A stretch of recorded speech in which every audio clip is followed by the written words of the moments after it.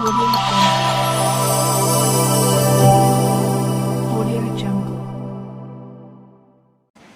एक 12वीं क्लास की छात्र जिसने अपनी ज़िंदगी की शुरुआत करी ही थी कि उसकी सांसें रोक दी जाती हैं। पहले वो हैवानियत में हवस का शिकार बनती है और फिर उसके साथ कुछ ऐसा होता है कि वह अपनी आप बीती किसी को भी नहीं बता पाती, यहाँ तक कि वह अपने घर परिवार के लोगों को भी नहीं बता पाती। उसकी इस ज़िंदगी के 3 महीने कटते हैं तो उसकी सांसें रोक दी जाती हैं, उसको ज़िंदा जला दिया जाता है। आखिर ऐसा क्या हुआ था कि उसकी सिसकती भरी ज़िंदगी की भी सांसें रोक दी जाती हैं और उसको ज़िंदा जला दिया जाता है। आइए इस घटना की पूरी जानकारी के लिए आपको वीडियो के अंदर लेकर चलते हैं और वीडियो को ज़रा सा भी स्किप ना करें।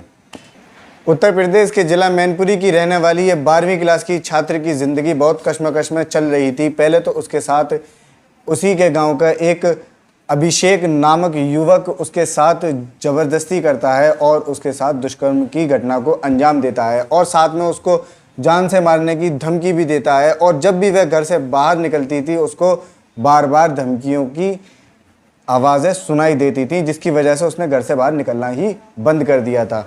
और इस घटना को 3 महीने बीत जाते हैं, वह अपने माँ बाप को, अपने घर वालों को कुछ भी नहीं बता पाती है कि उसके साथ आखिर क्या हुआ और वह किस ज़िंदगी में जी रही है।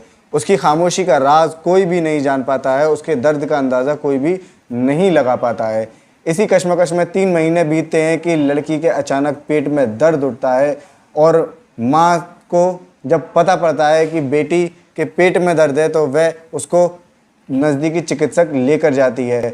इलाज के दौरान जब रिपोर्ट्स सामने आती हैं तो सबके होश उड़ जाते हैं और सब हैरान हो जाते हैं कि इस मासूम सी बच्ची के साथ आखिर किस कदर हैवानियत दिखाई गई है और इसके साथ आखिर क्या दुर्घटना घटी है। जब वह आप बीती अपनी माँ को, अपने परिवारजनों को बताती है तो सब हक्का बक्का हो जाते हैं और उस पर भी उसके साथ अत्याचार ये कि उसकी FIR लिखाने वो थाने नहीं बल्कि नगर की पंचायत में जाते हैं। पंचायत में उस लड़की के साथ हुए हादसे को जब सामने रखा जाता है तो सभी के होश उड़ जाते हैं कि आखिर बालिका इस दर्द से गुज़र रही है और उसकी ज़िंदगी अब कैसी है। पंचायत के हुए फैसले में ये फैसला सामने आया कि उसके नगर के जो आरोपी है अभिषेक, उसको उस कन्या से विवाह करना पड़ेगा। और इस विवाह की खबर सुनकर वह उसके घर वाले, आरोपी के घर वाले बहुत ही परेशान हो जाते हैं और इस फैसले को इनकारने लगते हैं।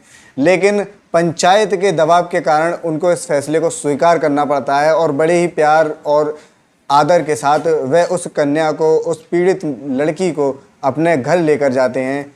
और इसमें उसकी माँ सबसे मेन किरदार निभाती है। वह ही उसको समझाती है, बहलाती है, फुसलाती है और उसको पंचायत से अपने घर लेकर जाती है। जब वह लड़की अभिषेक के घर पहुंचती है तब उसके साथ खेला जाता है मौत का खेल और उसकी ज़िंदगी की सांसें रोक दी जाती हैं और उसके साथ मौत का खेल शुरू होता है। अभिषेक की माँ उस पर पेट्रोल डालती है। पेट्रोल डालने पर वह जब चीखती है, चिल्लाती है तो वह घर के सारे खिड़की और दरवाजे बंद कर देती है ताकि उसकी मदद के लिए कोई भी ना आ सके और पेट्रोल डालकर उसमें आग लगा देती है।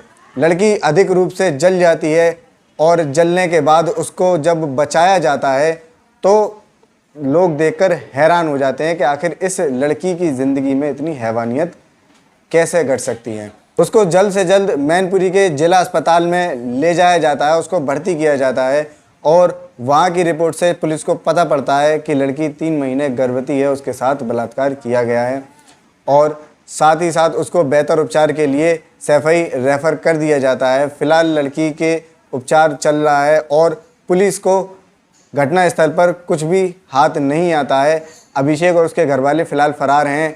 आवश्यक कार्रवाई चल रही है और उसके घर वालों पर, अभिषेक पर 307 और पास्को के तहत कार्रवाई शुरू कर दी गई है। लेकिन इस कार्रवाई के बाद उस लड़की के जीवन का क्या होगा, आखिर उसको अब कौन अपनाएगा। पहले उसकी ज़िंदगी ख़राब कर दी गई, अब उसको शरीर और चेहरे से भी बर्बाद कर दिया गया। इस सब घटनाओं के बाद वह अपनी ज़िंदगी कैसे गुजारेगी और अब उसके साथ क्या होगा, अपनी राय कमेंट में पेश करें।